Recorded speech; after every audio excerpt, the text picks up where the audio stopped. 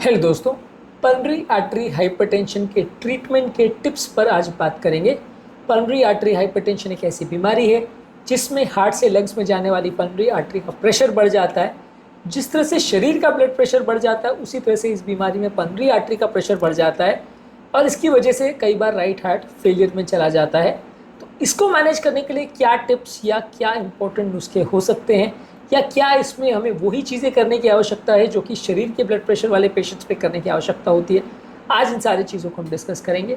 Topic पर जाने से पहले जो लोग हमारे चैनल पर नए हैं उन्हें रिक्वेस्ट करूँगा कि चैनल को सब्सक्राइब करें, वीडियोस को लाइक करें, शेयर करें, फॉलो करें, कमेंट करें, पूरा देखें। टॉपिक बहुत ही इंपॉर्टेंट है, इसलिए इसे एंड तक देखिएगा। ये एक्सक्लूसिव कंटेंट है जो आपको शायद ही और किसी और चैनल पर मिले, इसलिए इसे पूरा देखें। चलिए शुरू करते हैं इंपॉर्टेंट वीडियो।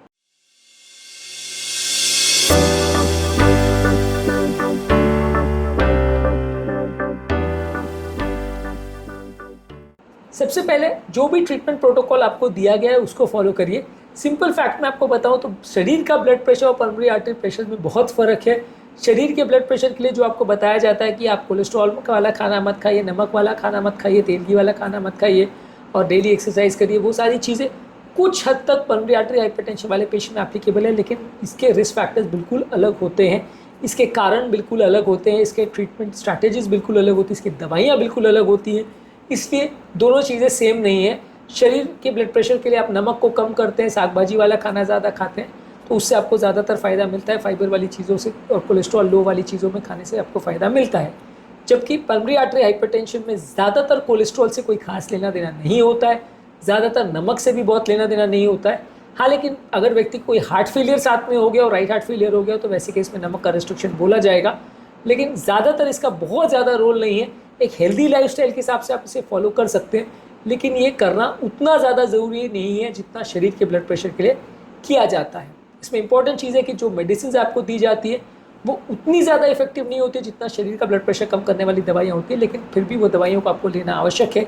इसके अलावा जो डॉक्टर ने आपको इंस्ट्रक्शन दी है उसको रेगुलरली फॉलो करिए, उनको फॉलोअप करते रहिए, क्योंकि बीमारी डेंजरस है और काफ़ी केस में जानलेवा भी हो सकती है अगर सीवियर किसी को पल्मोनरी आर्टरी हाइपरटेंशन है तो इसलिए अपने डॉक्टर्स को रेगुलरली दिखाते रहिए, फॉलोअप करते रहिए। इसके अलावा जो भी आपको सिम्टम्स हैं और उसमें अगर कोई चेंजेस हो रहे हैं तो उसका प्रॉपर ध्यान रखिए। बीमारी के बारे में प्रॉपर एजुकेशन होना आवश्यक है। बीमारी से रिलेटेड अगर कोई भी प्रॉब्लम्स आपको सामने आ रही है तो उसके बारे में एक रजिस्टर में या एक डायरी में एंट्री करके रखिए और रेगुलरली अपने डॉक्टर को इन्फॉर्म करते रहिए कि आपकी कंडीशन बिगड़ रही है तो आपको क्या करने की आवश्यकता है। यदि कोई थेरेपी या कोई चीज़ से कंडीशन सुधर रही है तो बहुत अच्छी बात है, उसका भी रिकॉर्ड रखिए और अपने डॉक्टर को इन्फॉर्म करिए। इसके अलावा हेल्दी लाइफस्टाइल रखने की आवश्यकता है। ताज़ा फल सब्जी, होल ग्रेन्स, लीन प्रोटीन ज़्यादा लीजिए, नमक को कम रखिए, हाइड्रेशन अच्छा रखिए, पानी ज़्यादा मात्रा में पीजिए। अगर खासकर आपको राइट हार्ट फेलियर नहीं है तो डेफिनेटली पानी ज़्यादा लीजिए। स्मोकिंग को अवॉइड करिए, अल्कोहल को अवॉइड करिए, रेगुलर फिजिकल एक्टिविटी या एक्सरसाइज करिए। ये सारी चीज़ें हेल्दी लाइफस्टाइल के हिसाब से आपको करना चाहिए, लेकिन ये उतनी ज़्यादा इंपॉर्टेंट नहीं है जितना सिस्टमिक ब्लड प्रेशर वाले पेशेंट्स में। कोई व्यक्ति अगर ये सोचता है कि मैं अपने खाने पीने को एडजस्ट कर दूँ और खाने में नमक कम कर लूँ, डेली एक्सरसाइज करूँ तो मेरा पल्मोनरी आर्टरी प्रेशर ड्रॉप हो जाएगा, ये उतना ईजी नहीं है। लेफ्ट साइड के प्रेशर्स को कम करना कंपेरेटिवली ज़्यादा ईजी है। राइट साइड के प्रेशर्स कम केसेस में होते हैं, लेकिन जब होते हैं तो उनका इलाज करना मुश्किल है। दवाइयाँ भी इनकी अलग है, लाइफस्टाइल चेंजेस भी इनके अलग है और रेगुलर लाइफस्टाइल चेंजेस से इसमें इतना ज़्यादा फ़ायदा भी नहीं होता। इसके अलावा आपकी जो भी ओवरऑल हेल्थ है उसको मॉनिटर करिए।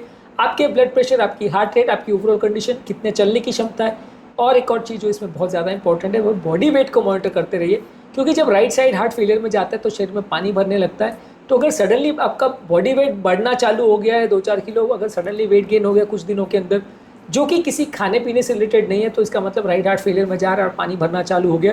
तो sudden change of body weight अगर आपको दिख रहा है तो वो एक इंपॉर्टेंट इशू हो सकता है कि आपको पल्मोनरी आर्टरी प्रेशर की वजह से राइट हार्ट फेलियर हो सकता है। तो वैसे केस में आपको डॉक्टर को दिखाने की ज़रूरत है। पेशाब बढ़ाने वाली दवा देने से आपको फ़ायदा इसमें होगा। वैसे में डेफिनेटली आपको पानी और नमक रिस्ट्रिक्ट करना है, क्योंकि वहाँ पे कारण हार्ट फेलियर है और हार्ट फेलियर का स्टैंडर्ड थेरेपी जो रेगुलर हार्ट फेलियर में होता है वो आपको फॉलो करना है। पर यहाँ पे जब तक हार्ट फेलियर नहीं है तब तक ये चीज़ें उतनी इफेक्टिव नहीं होगी। इसके अलावा आपको मेंटल स्ट्रेस को कम रखना है, मानसिक तनाव को कम रखना है। योगा, प्राणायाम, डीप ब्रीदिंग एक्सरसाइज, ये सारी चीज़ें करने से आपका मानसिक तनाव थोड़ा कम होगा, स्ट्रेस हार्मोन्स कम होंगे, इससे पल्मोनरी प्रेशर्स को भी कम करने में मदद मिलेगा। अगेन इसमें भी पल्मोनरी प्रेशर्स में उतना ज़्यादा रोल नहीं है स्ट्रेस हार्मोन्स का जितना कि सिस्टमिक प्रेशर्स में होता है। सिस्टमिक प्रेशर्स आपका स्ट्रेस हार्मोन कम होने से तुरंत कम हो जाएगा, पल्मोनरी प्रेशर्स में ऐसा नहीं होता है।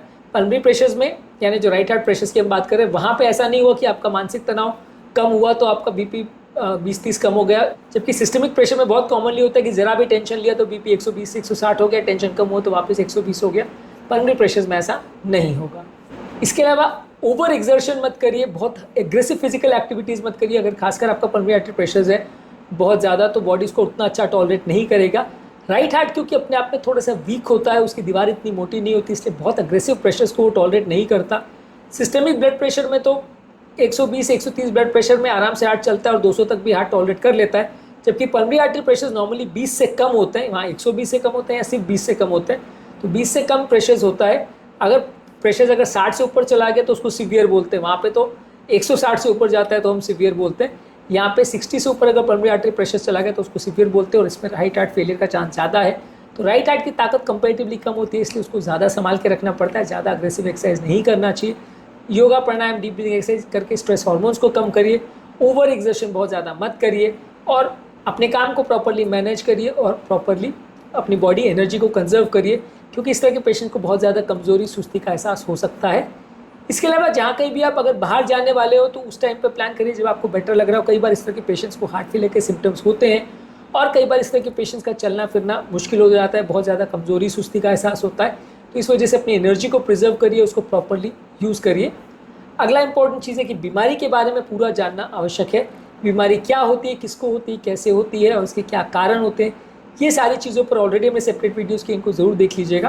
पर इस बीमारी के बारे में जानना और समझना आवश्यक है, क्योंकि बीमारी थोड़ी अलग तरह की बीमारी है। मैनेज मेंटेन करना अलग सिस्टम से इसमें काम चलता है। जहाँ का ये आपको अगर प्रॉब्लम हो रही है तो अपने फ्रेंड्स, फैमिली, रिलेटिव्स को और अपने डॉक्टर की हेल्प लीजिए। वो आपको बीमारी को मैनेज करने में और आपकी कंडीशन को इम्प्रूव करने में आपकी मदद करेंगे।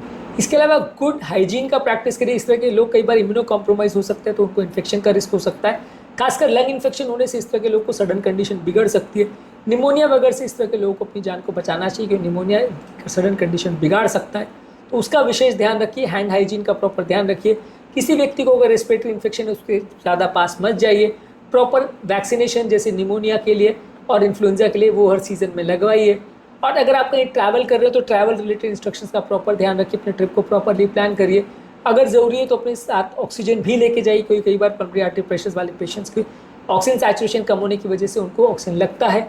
कभी कभार अगर आप हाई ऑल्टीट्यूड एरिया में जा रहे हो तो थोड़ा ज़्यादा सावधानी रखिए, क्योंकि इस तरह के पेशेंट्स को हाई ऑल्टीट्यूड में अक्सर ज़्यादा दिक्कत हो सकती है। अगर आपको सीवियर पल्मोनरी आर्टरी हाइपरटेंशन है तो हाई ऑल्टीट्यूड में जाना थोड़ा अवॉइड करिए। आज के टॉपिक में हमने बात करी पल्मोनरी आर्टरी हाइपरटेंशन वाले पेशेंट्स में लाइफस्टाइल के रिलेटेड क्या इंपॉर्टेंट टिप्स या प्रिकॉशंस होते हैं। इसके अलावा पल्मोनरी आर्टरी हाइपरटेंशन के कारणों पर, उसके ट्रीटमेंट पर और उसके ओवरऑल बीमारी कैसी होती है, इस पर हमने ओवरव्यू अलग अलग वीडियोज़ में किया है। इन्हें भी ज़रूर चेकआउट करें। टॉपिक एंड करने से पहले जो लोग हमारे चैनल पर नए हैं उन्हें रिक्वेस्ट करूँगा कि चैनल को सब्सक्राइब करें, वीडियोज़ को लाइक करें, शेयर करें, फॉलो करें, कमेंट करें, पूरा देखिए।